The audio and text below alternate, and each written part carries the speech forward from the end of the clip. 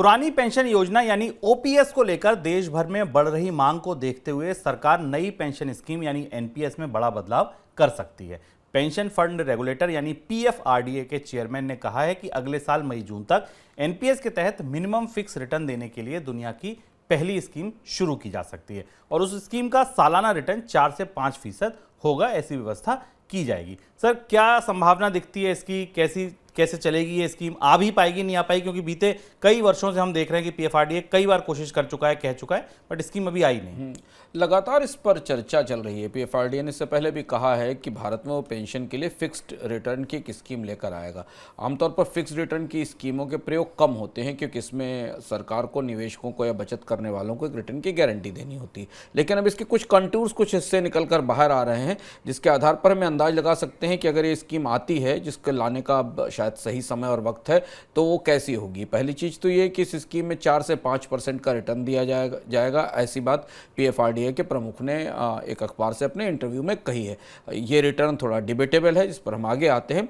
इसमें 5,000 रुपये per annum तक का जो मिनिमम एनुअल कंट्रीब्यूशन है, यानी 5,000 रुपये प्रति वर्ष तक का के न्यूनतम योगदान के आधार पर इस स्कीम को ज्वाइन किया जा सकेगा और ये 50 साल से नीचे वाले लोगों के लिए होगी क्योंकि पेंशन की स्कीम है।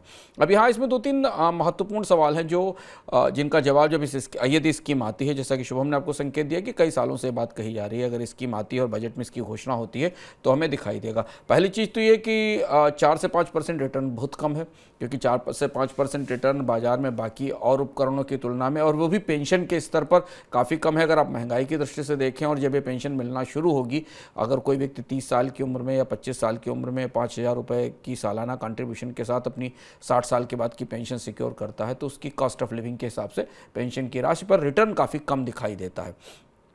इसमें तर्क ये है पेंशन फंड अथॉरिटी के अधिकारियों का कि इसकी फंड मैनेजमेंट कास्ट काफ़ी होने वाली है। अभी एक बड़ा डिबेटेबल सब्जेक्ट होगा शुभम कि फंड मैनेजमेंट कास्ट क्या 5% होगी उसकी, क्योंकि ये कहा गया है कि गारंटीड रिटर्न देना है लोगों को 4 से 5% का, तो उस गारंटीड रिटर्न को इंश्योर करने के लिए फंड के मैनेज करने की कॉस्ट काफ़ी ज़्यादा होगी, इसलिए इस पर रिटर्न 5% रहेगा। 5% रिटर्न की स्कीम पर कितने लोग निवेश करेंगे, कब आएगी, ये पता नहीं है, लेकिन कम से कम धीमे धीमे सरकार के भीतर इस बात पर चर्चा तो शुरू हुई है कि एक मिनिमम गारंटीड रिटर्न के कुछ प्लान या कुछ बचतों की घोषणा की जानी चाहिए। यहाँ एक चीज़ जो कसर है, जो चूक रह जाती है, वो ये कि भारत की बचत स्कीमों को इन्फ्लेशन के साथ इंडेक्स करना बेहद ज़रूरी है। जब तक आपकी बचत स्कीमें कम से कम महंगाई से नहीं जुड़ी होंगी, आपकी ज़िंदगी जीने की लागत के साथ उनका सही तालमेल नहीं होगा, तब तक लोगों को, निवेश करने वालों को अंततः नुकसान ही होगा, उसमें फ़ायदा नहीं होगा। बिल्कुल। इस बीच केंद्र सरकार कर्मचारी पेंशन योजना 2014 को लेकर आए सुप्रीम कोर्ट के फैसले का भी अध्ययन कर रही है। श्रम मंत्रालय इस बात की तैयारी कर रहा है कि सुप्रीम कोर्ट में पुनर्विचार याचिका दाखिल की जाए। फाइनेंशियल एक्सप्रेस की रिपोर्ट में यह कहा गया है कि सुप्रीम कोर्ट के फैसले में कुछ ऐसी शर्तें हैं जिनको लागू करने में बहुत ज़्यादा खर्च आ सकता है। ऐसे में सरकार इसको लेकर विचार कर सकती है, पुनर्विचार याचिका दाखिल कर सकती है। सर, इस फैसले को लेकर सरकार इतनी असमंजस में, इतनी दुविधा में है क्यों?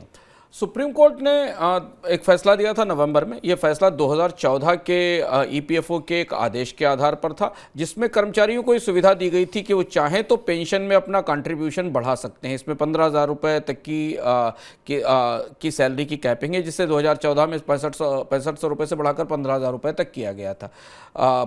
पेंशन ईपीएफओ और सरकार ने अतिरिक्त योगदान को लाने की मंजूरी नहीं दी थी। उसकी बड़ी वजह ये कि यदि मान लीजिए आप अपने पेंशन फंड में योगदान बढ़ाना चाहते हैं तो सरकार को उस पर उतना ही ज़्यादा ब्याज भी देना पड़ेगा। इसके बाद ये पूरा मामला सुप्रीम कोर्ट गया और सुप्रीम कोर्ट ने आदेश दिया कि अगर कर्मचारी अतिरिक्त पैसा जमा करना चाहता अपनी पेंशन के लिए तो उसे रोका नहीं जाना चाहिए। ये मामला थोड़ा वित्त मंत्रालय के लिए को असहज करने वाला है, क्योंकि यदि कर्मचारी अपनी कैपिंग से बाहर जाकर फंड में योगदान करते हैं तो सरकार के पास ब्याज का बोझ बढ़ेगा। और ऐसा संकेत है कि शायद इसके खिलाफ सरकार एक पुनर्विचार याचिका लेकर आएगी ताकि सुप्रीम कोर्ट से यह कहा जाए कि वो अपने फैसले पर विचार करे।